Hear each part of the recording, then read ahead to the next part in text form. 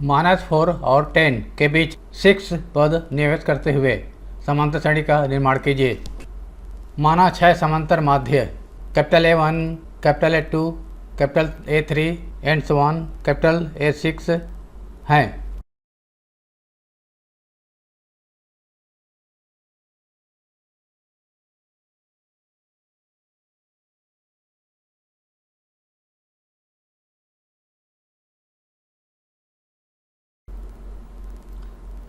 तब -4 A1, A2, A3, A4, A5, A6 और 10 समांतर श्रेणी में होंगे। प्रथम पद a small a equal to -4 सर्वांतर माना d है। माना सर्वांतर d है तो 10 इस समांतर श्रेणी का ये 6 समांतर माध्य हो गए, 2 पद और 6 + 2 8वां पद है समांतर श्रेणी के कुल पद।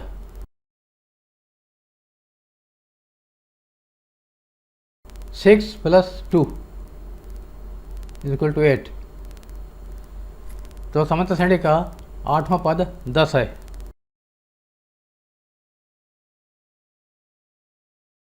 8वां पद स्मॉल a 10 है। 8वां पद लिख सकते हैं a + 8 - 1 7 d = 10। a का मान -4 रख दिया। 7d = 10 + 4 = 14। d = 14/7 घटाने पर 2 d का मान 2 आ गया। अब समांतर श्रेणी का पहला समांतर माध्य या श्रेणी का दूसरा पद A1 =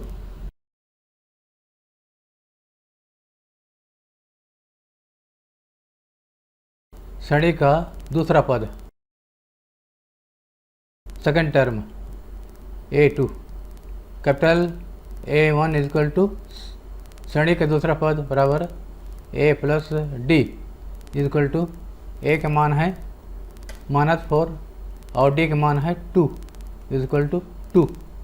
इसी प्रकार A2 = श्रेणी का तीसरा पद। ये स्मॉल a1 है, स्मॉल a2 है, स्मॉल a3 है एंड सो ऑन। ये a8 है, a3 a + 2d = -4 + 2 × 2 = 0। A3 = A4 = a + 3d = -4 + 3 × 2 6 -4 2 ये -2 है और ये 2 है। A4 = A5 = a + 4d -4 + 4 × 2 4 दूनी 8 में 4 घटा दिया तो 4 आ जाएगा। A5 = स्मॉल a6 छठवां पद श्रेणी का पांचवां समांतर माध्य बराबर श्रेणी का छठवां पद a + 5d -4 + 5 × 2 10 में 4 घटा दिए 6 और A6 A7 a + 6d = -4 + 6 × 2 6 दूनी 12 में 4 घटा दिए 8। तो आंसर या उत्तर समांतर श्रेणी का निर्माण कीजिए। समानांतर श्रेणी है -4 फिर -2 0 2 4 6 8 10 11 और ऋण 7 के बीच 5 पद नियत करते हुए समांतर श्रेणी का निर्माण कीजिए। माना 5 समांतर माध्य A1, A2, A5 तक हैं।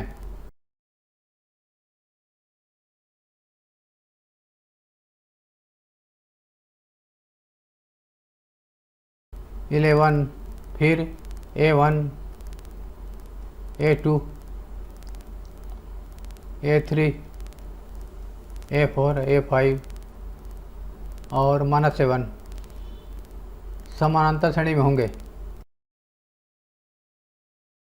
इसका प्रथम पद हो जाएगा,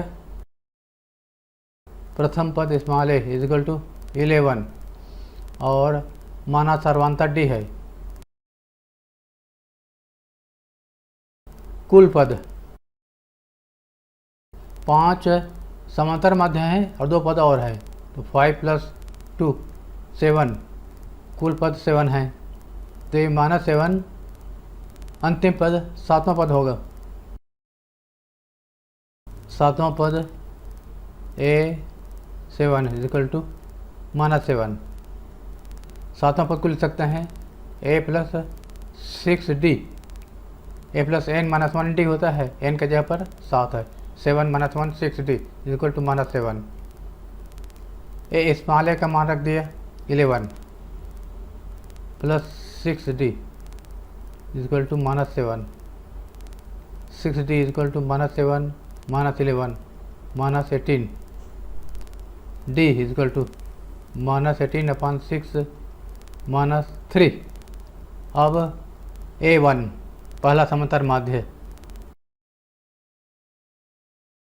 बराबर श्रेणी का दूसरा पद A2, ये A1 है, ये स्मॉल a2 है, ये स्मॉल a3 है। इस प्रकार A + D, दो में से एक कम D का गुणक बनाना है। A और D का मान रख दिया, A का मान 11 + D का मान -3 इजिकल टू 8। A2 श्रेणी का तीसरा पद A2 equal to A3 equal to A + 2D equal to 11 + 2 × -3 -6 हो जाएगा, तो ये 5। A3 श्रेणी का चौथा पद, तीसरा समांतर माध्य बराबर श्रेणी का चौथा पद A + 3D, 11 + 3D के मान -3 -9 + 11 2। A4 श्रेणी का पांचवा पद A5, A + 4D is equal to 11 + 4 × -3 -12 + 11 -1। A5 A6 A + 5D 11 + 5 × -3 5 या 15 -15 + 11 -4। उत्तर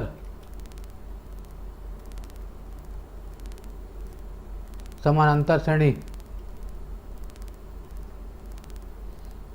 11, फिर A1 है 8, 3 कम करते जाना है।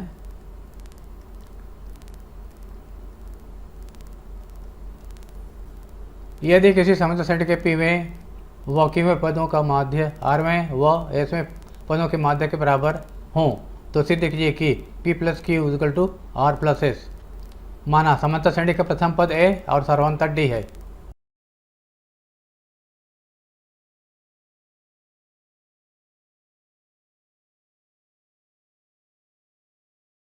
Pवां पद A P equal to A + P - 1 × D। Qवां पद A Q equal to A + Q - 1 × D। Rवां पद A R equal to A + R - 1 × D। फिर Sवां पद A S equal to A + S - 1 × D। प्रश्न अनुसार P में व Q में पदों का माध्य R में व S में पदों के माध्य के बराबर है। प्रश्नानुसार P में और Q में पदों का माध्य बराबर आर में वह ऐसे पदों का माध्य है।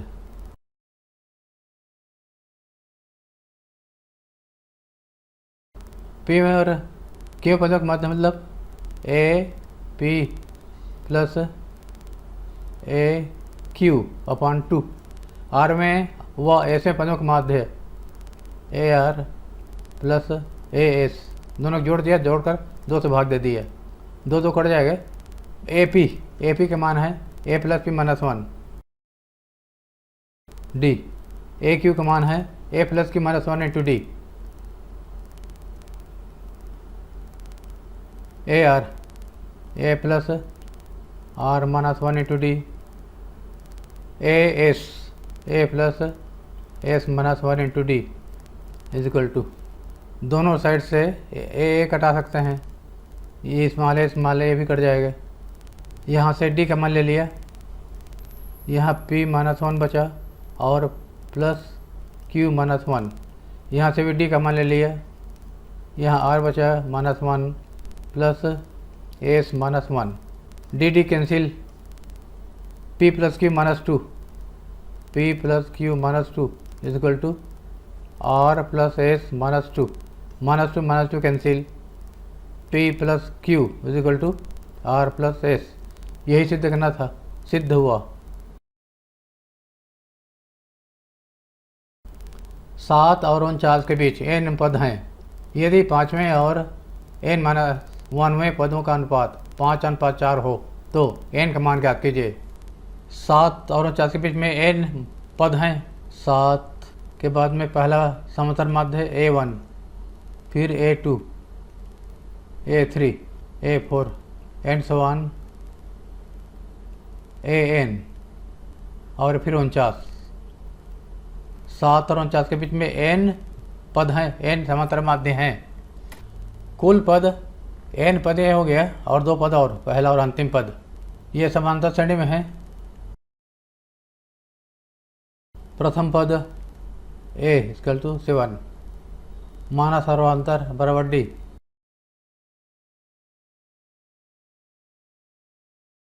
कुल पद n माध्य पद हैं और 2 और n प्लस 2, तो अंतिम पद 49 n प्लस 2वां पद होगा।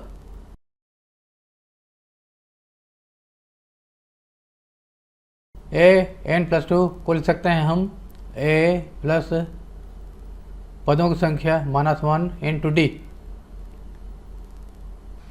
a का मान 7 plus n plus 1 minus plus 2 और -1 का +1 हो जाएगा, या n plus 1 D is equal to 49 minus 7 is equal to 42 और d is equal to 42 upon n plus 1। Number 1 प्रश्नानुसार 5वें और n माइनस 1 पदों का अनुपात 5:4 है। A5 upon AN minus 1 is equal to 5:4 5/4। A5 लिख सकते हैं, A5 लिख सकते हैं a plus 4d। AN minus 1 लिख सकते हैं a प्लस इससे कम n minus 1 d is equal to 5/4। तिरक गुणा कर दिया, a का मान 7 रख दिया, 7 प्लस 4d, a का मान 7 रख दिया, 7 प्लस 4d अपॉन 7 प्लस